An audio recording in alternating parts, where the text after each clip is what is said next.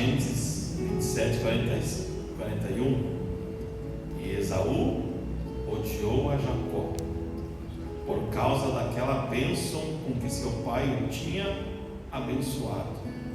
E Esaú disse no seu coração: chegar-se-ão os dias de luto do meu pai, e matarei a Jacó, meu irmão.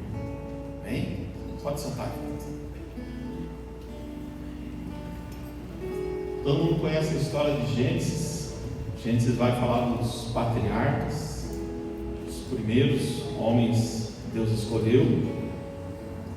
E há uma curiosidade na história dos patriarcas, é que Sara era estéril. E depois de muito tempo, Abraão e Sara tiveram um filho, que era Isaac. Tiveram um filho já na sua velhice. Acho que todos conhecem a história de Abraão. E de Abraão, o filho da promessa era Isaac. E Isaac se casou aos 40 anos de idade. O seu pai mandou Eliezer procurar uma esposa para ele, lá no meio da sua família, no meio da família de Labão. E ele pegou e trouxe Rebeca. Isaac casou com Rebeca, só que porém ela também era estéril. E a palavra de Deus diz que Isaac orou incessantemente por ela, para que tivesse um filho.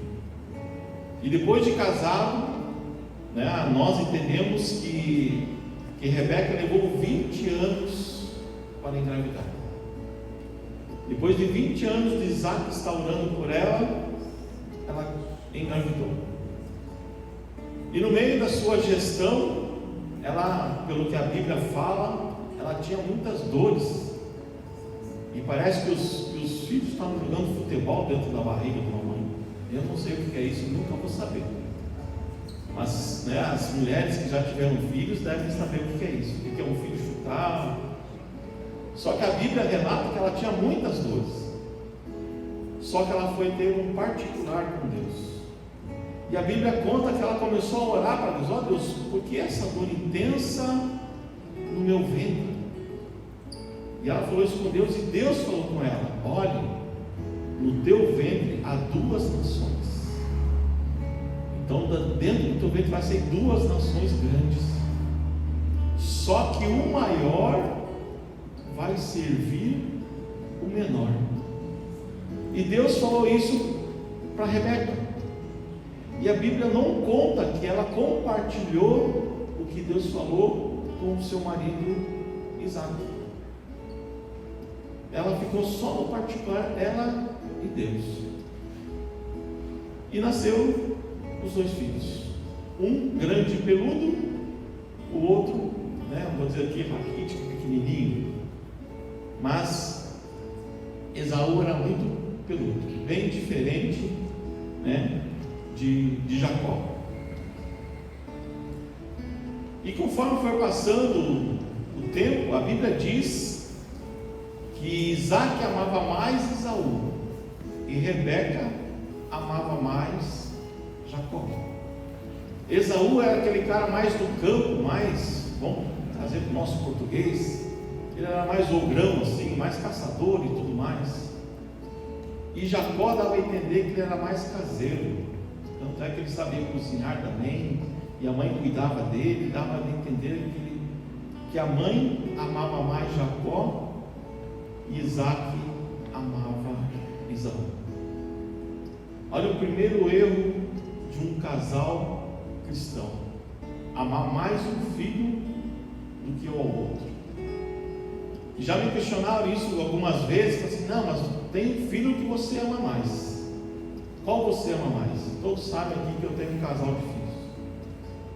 E eu costumo falar assim: não é que eu amo mais um do que o outro, mas os amores são diferentes.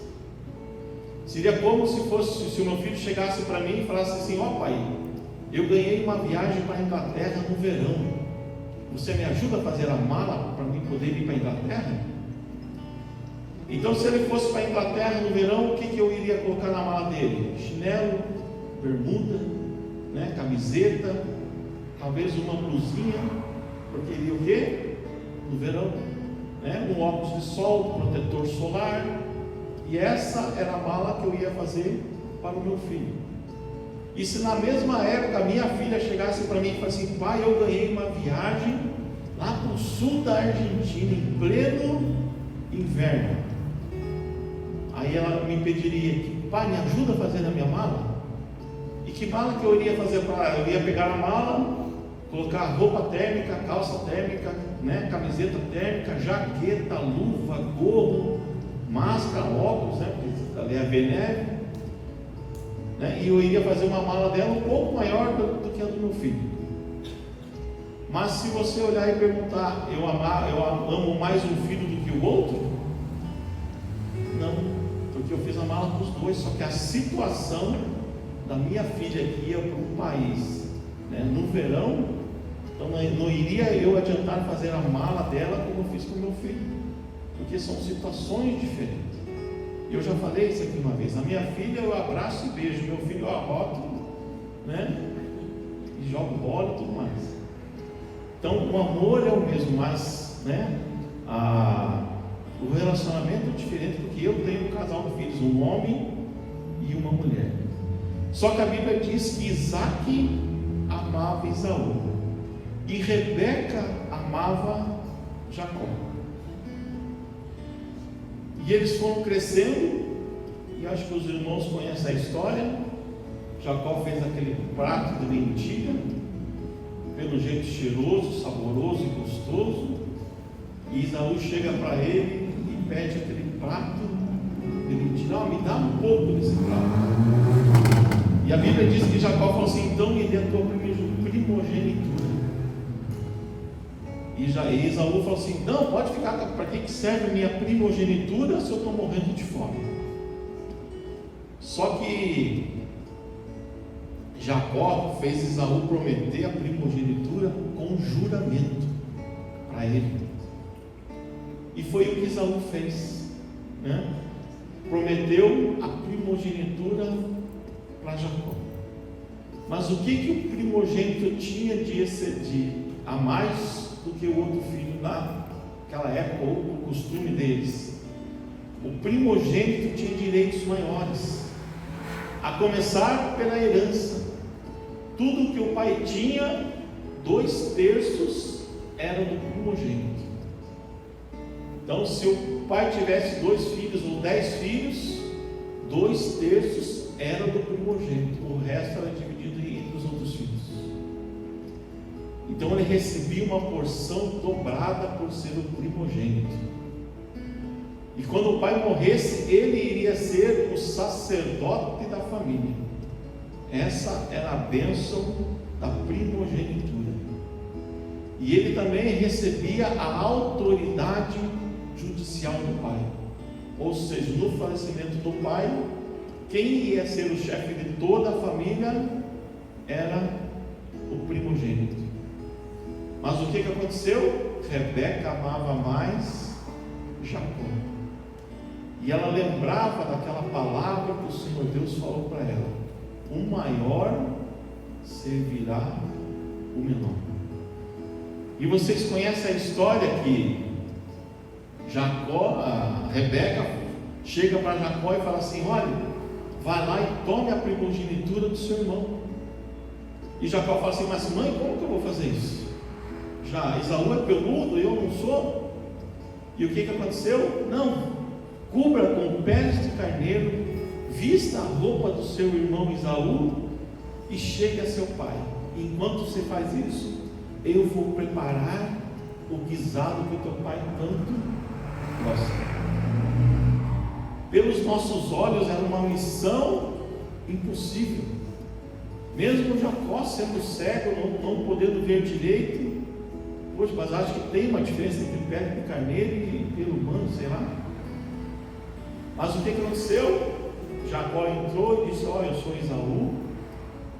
E o pai percebeu: mas a voz é de Jacó, mas o pelo e o cheiro é de Esaú. E Isaac abençoou com a bênção da primogenitura Jacó. E logo depois que ele recebeu a bênção, quem que entrou? Esaú. E Isaac falou assim: olha, eu já abençoei, quem eu abençoei agora? E foi Jacó. E nisso se levantou a ira de Esaú. Pai, me abençoa com alguma coisa, pai. O que sobrou para mim? Ele disse: olha, eu não posso te abençoar porque a bênção da primogenitura já foi dada. E aqui caímos no texto que nós lemos. Esaú disse em seu coração: os dias de luto pelo meu pai estão próximos. Ou seja, o meu pai já está velho, logo ele vai morrer. E quando ele morrer, eu vou matar Jacó. Quantos de nós não soltamos uma frase assim na hora da raiva, na hora da ira? Naquela hora que subiu de repente o nosso pavio e soltamos uma frase de maldição para algum conhecido, ou até mesmo para o cônjuge ou para os nossos filhos. E Rebeca, quando soube disso, que o desejo de Esaú era matar Jacó, ela fala e faz outro plano com Jacó. Olha, com Isaac. Olha, Isaac, Esaú casou com as mulheres daqui, não é bom para nós. Vamos mandar Jacó para a casa dos meus parentes, para ele achar uma esposa lá. E Isaac concordou e saiu Jacó sem nada. Aquele que recebeu a bênção da primogenitura, aquele que ia receber 2/3 da herança, aquele que era para ser o chefe de família, saiu da sua casa com poucas coisas e com um cajado. Por quê? Porque a mãe teve medo do que Esaú disse. Esaú prometeu matar Jacó. E Jacó ficou longe por 20 longos anos. Não vou me ater aqui à história de Jacó, mas ele ficou 20 anos longe de casa. Agora você imagina aquele filho que era cuidado pela mãe, mimado pela mãe, vivia na barra da saia da mãe, agora estava sozinho, em viagem e sem nada. E ele acabou tendo um encontro com Deus, Ele viu os anjos subindo e descendo na escada e tudo mais. E chegando na casa de Labão, ele se apaixonou por quem? Por Raquel. E ele trabalhou 7 anos para poder casar com Raquel. E no dia do seu casamento, acho que todos vocês conhecem a história, o seu sogro embebedou Jacó. E quando ele foi para as núpcias, quem estava lá não era Raquel, era Lia. E ele se revoltou e falou: não, mas eu amo a Raquel. E Labão falou: não é costume nosso casar a filha mais nova antes da mais velha. E passado uma semana, Labão entregou Raquel para ele, só que ele teve que trabalhar mais 7 anos.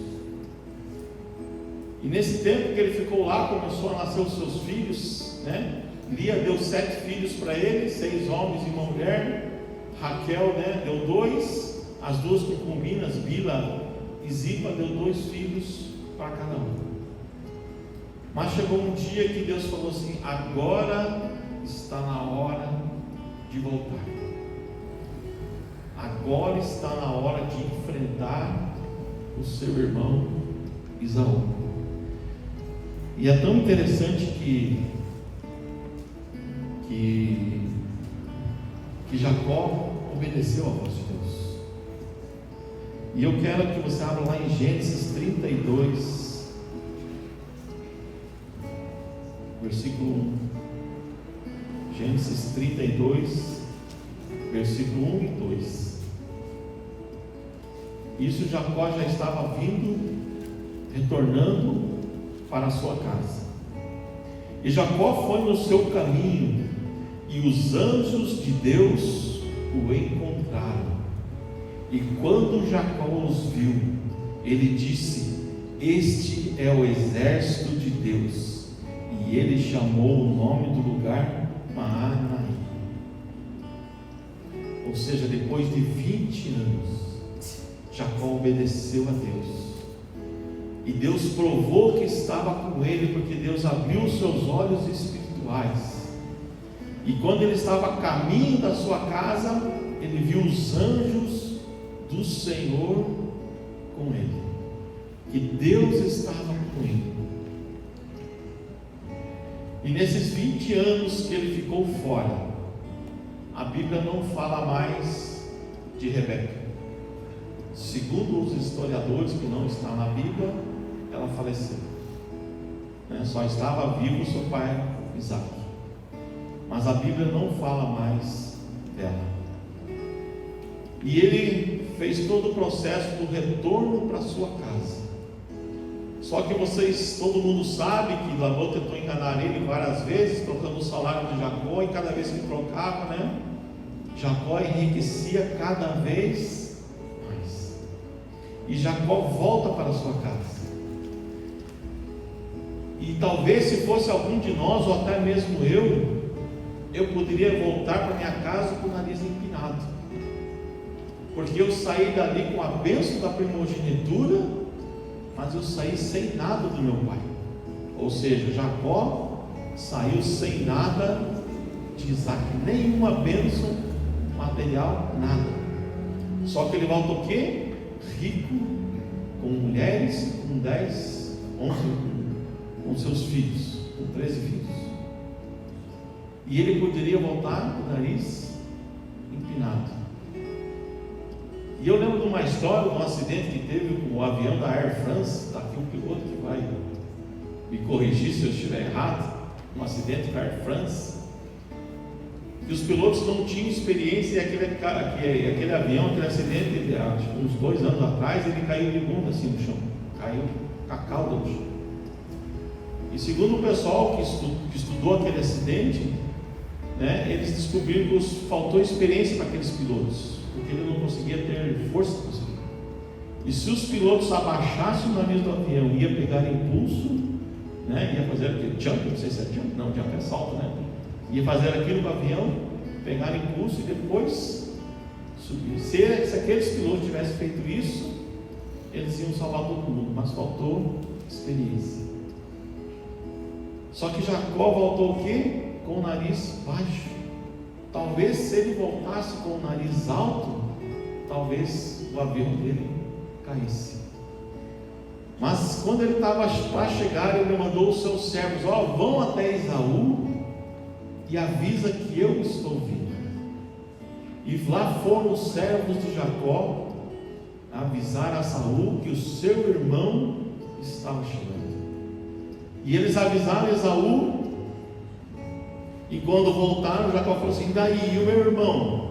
Olha, estava tão bom sem filho. Mas vamos voltar.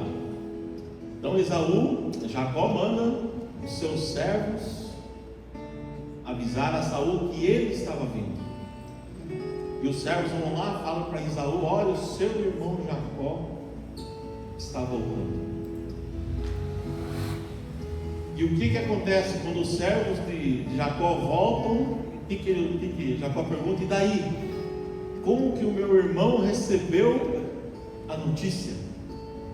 E os servos falam assim: olha, Jacó, eu não sei como é que ele recebeu, mas ele está vindo aí com 400 homens para encontrar com você. Se fosse você que saiu da tua casa porque o teu irmão prometeu te matar, você volta e recebe essa notícia que ele está vindo com 400 homens para encontrar com você, o que passaria pela sua cabeça? Eu vou falar para você, eu falaria assim: vou nada, vou dar meia volta e vou. Mas tem uma diferença, como no versículo que nós lemos, Deus falou que estaria com ele. E o que Jacó fez? Mandou todas as suas mulheres e seus bens na frente, de turma em turma. Jacó deve ter pensado: se ele for matar, então ele vai matar os primeiros e o resto pode ser escapa.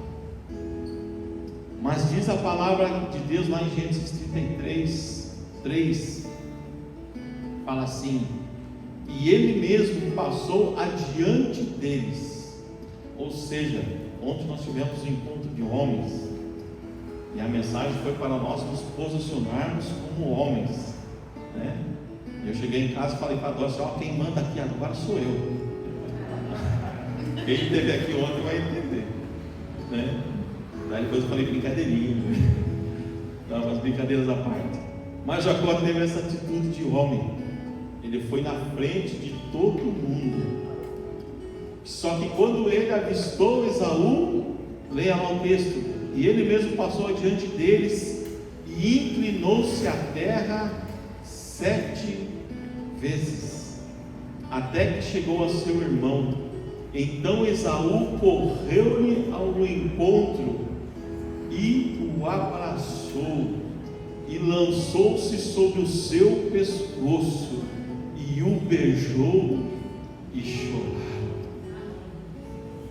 Correu ao seu encontro com 400 homens. Então ele correu com 400 homens. Talvez o pensamento desse morri hoje, mas Deus estava com ele. Ele se inclinou 7 vezes, ofereceu tudo o que ele tinha para Esaú. Olha, eu sou o teu servo, tudo que tenho é teu. E Esaú fala assim para ele: para que fica com isso, meu? Eu já tenho muito mais coisas, porque Deus também me abençoou. E o que eu quero falar com essa introdução para vocês? Que perdoar não é um sentimento, é uma decisão que todos nós temos que ter. E quando eu estava preparando essa mensagem, eu lembrei de uma amiga nossa na outra igreja, e eu preguei sobre Jó, que, né, Satanás veio, queimou os carneiros de Jó, e justamente Jó usava os carneiros para adorar a Deus, né? E Jó queria tirar, Satanás queria tirar a adoração de Jó. E uma membro da igreja, e o nosso culto era domingo de manhã, e ela estava com a mãe no hospital, na UTI e nas últimas, né? Última tentativa do indivíduo, por isso que é UTI. E a mãe dela estava nas últimas. E ela ouviu aquela mensagem, aquela palavra, ela saiu do culto e foi direto para o hospital. E teve todo um problema de relacionamento familiar, né? Não convém agora contar. Mas ela teve a coragem de chegar para sua mãe, e ela, não foi ela que errou, ela chegou para sua mãe e pediu perdão. Ela foi lá e pediu perdão na UTI. Foi nesse dia que escorreu uma lágrima. A mãe dela ouviu, escorreu uma lágrima da sua mãe. E depois ela foi uma outra vez, né? E aquela sua mãe acabou falecendo. Mas ela foi lá e perdoou a sua mãe. E eu lembro que na época aquele testemunho daquela mulher me impactou, né? Eu falei, poxa, Deus me usou para levar uma palavra. E eu estava empolgado com aquilo, eu dando aula no Instituto Teológico, e eu cheguei e contei o testemunho dela. Aí uma outra aluna ouviu o testemunho, né? Ela ouviu o testemunho do testemunho, que não era meu testemunho, né? E ela também tinha um problema com a mãe dela. E eu lembro que ela contando assim, que ela marcou, porque assim, ó, mãe, não vou dormir na sua casa hoje, vou só eu, porque ela já era casada e tudo mais. E à noite ela ficou conversando com a mãe dela, conversando, mas ela não conseguia entrar no assunto daquilo que tinha ferido o seu coração. E elas foram dormir, e de madrugada ela acordou com aquela inquieta, e ela foi para a sala da casa da mãe dela, e ela começou a orar. E ela contando para mim, falava assim: ó, Senhor, eu preciso falar com a minha mãe, eu preciso pedir perdão para ela por causa disso, e começou a relatar na oração, e Deus faz a obra e tal, de madrugada. E daí ela acabou a oração, foi dormir. No outro dia de manhã elas foram tomar café, e ela falou assim para mim: mãe, eu preciso falar uma coisa para a senhora. E a mãe dela falou assim: você não precisa falar nada, porque ontem à noite eu ouvi a tua oração. E eu quero dizer para você que eu também te perdoo. E eu quero pedir perdão para você. Então, o primeiro a pedir perdão é o mais corajoso. Mesmo você tendo sido ofendido, se você pedir perdão, você é o mais corajoso.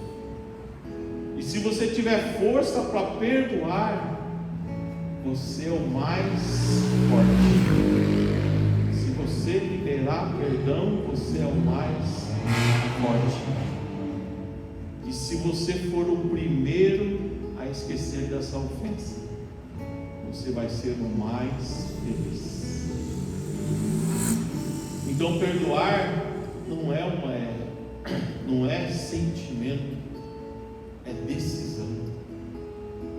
Muitas pessoas falam assim: não estou sentindo ainda de perdoar. Não vai sentir nunca, nem no inferno, né? Mas é uma decisão, é um mandamento, é lei. Nós temos que perdoar. E o perdoar é tão importante que Mateus fala assim, Mateus 5:23: portanto, se trouxeres a tua oferta ao altar, e ali te lembrares de que teu irmão tem alguma coisa contra ti, deixa ali diante do altar a tua oferta, e segue teu caminho. Primeiro reconcilia-te com teu irmão, e então vem e ofereça a tua oferta. E eu quero falar para você sem medo. Se você veio aqui para o culto hoje, falou assim: eu vou ofertar ao Senhor, eu vou dar o meu dízimo nesta noite. Mas se Deus está te mostrando, se o Espírito Santo está te mostrando uma pessoa que você tem que ir lá pedir perdão, que você tem que fazer um conserto, eu vou falar para você: não dê a sua oferta. Obedeça o que a palavra de Deus diz. Vai lá e se reconcilie, mesmo sendo você o ofendido. Peça perdão. Perdoe, porque Deus nos perdoou primeiro. Se os nossos pecados foram todos perdoados, como podemos recusar perdoar quem pecou contra nós? Se nós recebemos o maior perdão, por que nós não perdoamos? E se nós não perdoamos, nós mostramos que não entendemos o que é evangelho. Nós não entendemos o que é perdão. Agora, o perdão não significa que você tem que continuar numa situação abusiva ou perigosa. Entenda o que é perdão, né? Perdão significa você largar o ressentimento e a vontade de retribuição. Você tem todo o direito de se proteger e evitar situações ruins, como em caso de crime. Você tem todo o direito de procurar apoio da polícia, da justiça e tudo mais. Mas você tem que perdoar. Quando nós perdoamos, nós tiramos o fardo das nossas costas e deixamos a justiça para Deus. A vingança pertence a Deus. E a palavra diz que Deus não se alegra com a morte do ímpio. Eu lembro de um assassino aqui, um serial killer que teve no Brasil. Eu estava no alto também no instituto. Eu sei que ele matou acho que umas 150 pessoas, estuprou, matou, fez um monte de horror. E ele morreu com 150 tiros, se não me engano, coisa assim. E o pessoal no instituto teológico, dando aula para crente, e o pessoal falando: tomou o que mereceu, não sei o que, parecia que falava aquilo com gosto. E eu cheguei para eles e falei assim: olha, a Bíblia diz que Deus não se alegra com a morte do ímpio. Se Deus não se alegra com a morte do ímpio, por que eu estou me alegrando? É mais uma alma que foi para o inferno. Ele colheu aquilo que ele plantou realmente. mas ele não teve tempo, talvez, não sei se alguém pregou para ele ou não, mas a alegria nossa de cristão devia ser tristeza, porque foi uma alma perdida. Em Mateus 28, 18, 21 e 22 fala assim: então Pedro, aproximando dele, disse: Senhor, até quantas vezes pecará meu irmão contra mim, e eu lhe perdoarei? E Pedro já fala: até 7. Jesus lhe disse: não te digo até 7, mas até 70 vezes 7.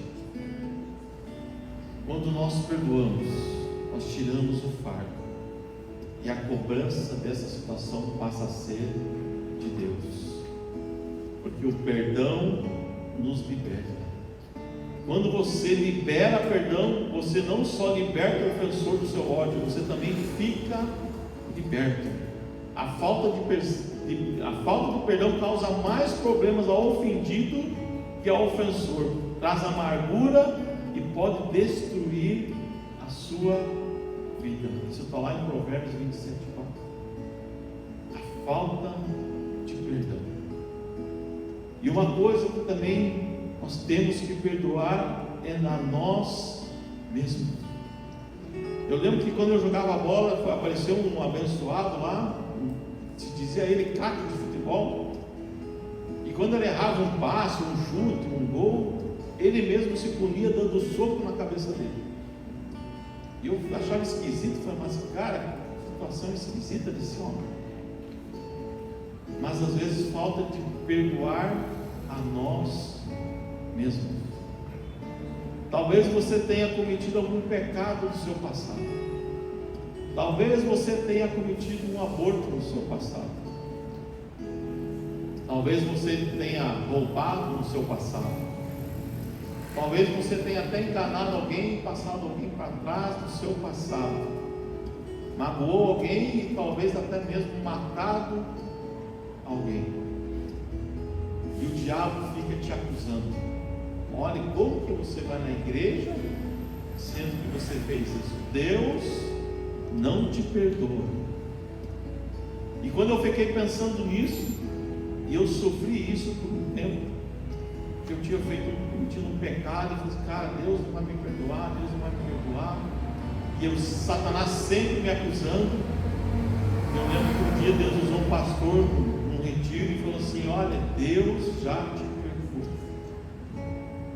E eu me lembrei da passagem de Davi, quando Davi manda matar o seu melhor, o seu fiel escudeiro, um amigo dele. Deus manda matar e ele vai lá e toma a esposa dele, e Natã vai lá e dá de dedo nele, dá de dedo em Davi. E Davi fala: pequei contra o Senhor. E Natã disse: também o Senhor perdoou o teu pecado, não morrerás, Davi. Foi na mesma hora. Quando Davi se arrependeu, Deus já o perdoou instantaneamente. Muitas vezes o diabo quer te acusar do pecado que nós fizemos. Então muitas vezes nós temos que perdoar a nós mesmos. Nós temos que liberar perdão para nós mesmos. Temos que tirar esse fardo das nossas costas. E também temos que perdoar os nossos inimigos. A Bíblia fala para nós orarmos pelos nossos inimigos. Muitas vezes não conseguimos deixar isso para trás. Tentamos consertar do nosso jeito, mas o nosso jeito é perdoar. Perdoar. Eu lembro quando eu tinha distribuidor de gás, eu tinha uma caixa cheia de promissórias, cheia de cheques sem fundo, de várias pessoas que estavam nos devendo dinheiro. Para você ter ideia, uma só pessoa me devia. Se fosse na época, eu tirava um Ford K0 de uma agência. Na época. E um dia eu cheguei para minha esposa e falei assim: isso aqui está sendo um fardo para nós.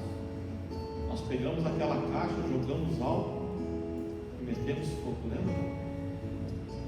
E perdoamos toda aquela dívida de todas aquelas pessoas. todos aqueles cheques sem fundo, promissórias, né? Nós perdoamos todos eles, todos os nossos devedores. Então a nossa maior dificuldade é liberar perdão. Quando eu olhava para aquela caixa, eu dizia, nossa, a minha situação financeira podia mudar se todo mundo tivesse que estar ali me devendo e me pagasse. Mas foi difícil, mas nós liberamos o perdão. Não cobramos nada de mais ninguém.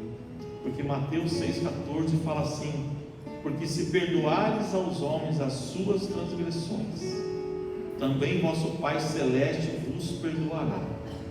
Mas se não perdoardes aos homens as suas transgressões, também o vosso Pai não perdoará as vossas transgressões. Então, perdão não é sentimento, é decisão. Perdoar é repetir com o próximo o que Deus fez por nós. Perdoar é oferecer amor quando não há motivos para amar.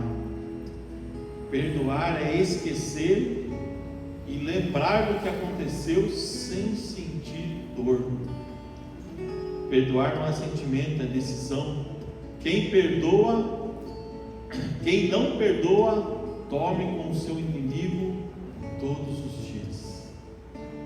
Decida perdoar. E por que eu cheguei nessa mensagem? Porque a primeira frase de Jesus naquela cruz foi: Pai, perdoa, porque eles não sabem o que fazem. Se o próprio Jesus estava ali com seus algozes, se o próprio Jesus estava ali, ele podia fazer descer anjos do céu, tacar fogo em tudo, acabar com tudo. Mas o que Jesus fez? Ele estava o quê? Inalando amor. Pai, perdoa, porque eles não sabem o que fazem. Isso dando um pouco mais da cruz. Vocês sabem que Deus virou as costas para Jesus. Deus não conseguiu olhar para Jesus naquela cruz, porque Ele estava levando o meu e o seu pecado. E Deus virou as costas, porque se Deus olhasse para aquela cruz naquela hora, Ele ia ver o Emerson lá naquela cruz, Ele ia ver o Haroldo, ia ver a Dora, ia ver o Paulo, o João, ia ver cada um de nós, e nós não receberíamos mais perdão, porque Ele levou sobre si todos os nossos pecados, toda a nossa iniquidade estava sobre Ele. E Ele fez isso para quê? Porque agora, quando Deus olha para a cruz, quando Deus olha para mim e para você, Ele vê Jesus Cristo em nossos corações. Fica de pé. Aí eu quero perguntar para você: se Deus olhasse para o teu coração hoje, o que Ele iria ver? Ele ia ver Jesus dentro do seu coração. Ele ia ver um coração perdoador. Talvez você veio de uma igreja machucado por causa da atitude de um pastor. Talvez você está magoado com teu sogro, com tua sogra, com teu chefe ou com alguém. E você às vezes quer justiça, mas na verdade você quer vingança. E eu vim nesta noite aqui para falar para você: perdoa. Talvez você foi abusado sexualmente na tua infância, e eu quero falar para você: perdoa o teu abusador, perdoa aquele que soltou palavras contra a tua vida. Talvez até mesmo a tua mãe e o teu pai te abandonaram. Talvez até mesmo teu pai e tua mãe te amaldiçoaram. Mas eu quero falar para você que Deus está conosco. Assim como Deus esteve com Jacó no caminho, quando ele estava indo para se encontrar com Saul, que Deus mandou os seus anjos com ele, o seu exército, se você está com o teu coração preparado para perdoar e pedir perdão, Deus está com você e vai mandar os seus anjos. Seja corajoso e seja o primeiro a pedir perdão. Seja corajoso, seja forte e seja o primeiro a perdoar. E o mais importante de tudo, esqueça o que te fizeram e seja o mais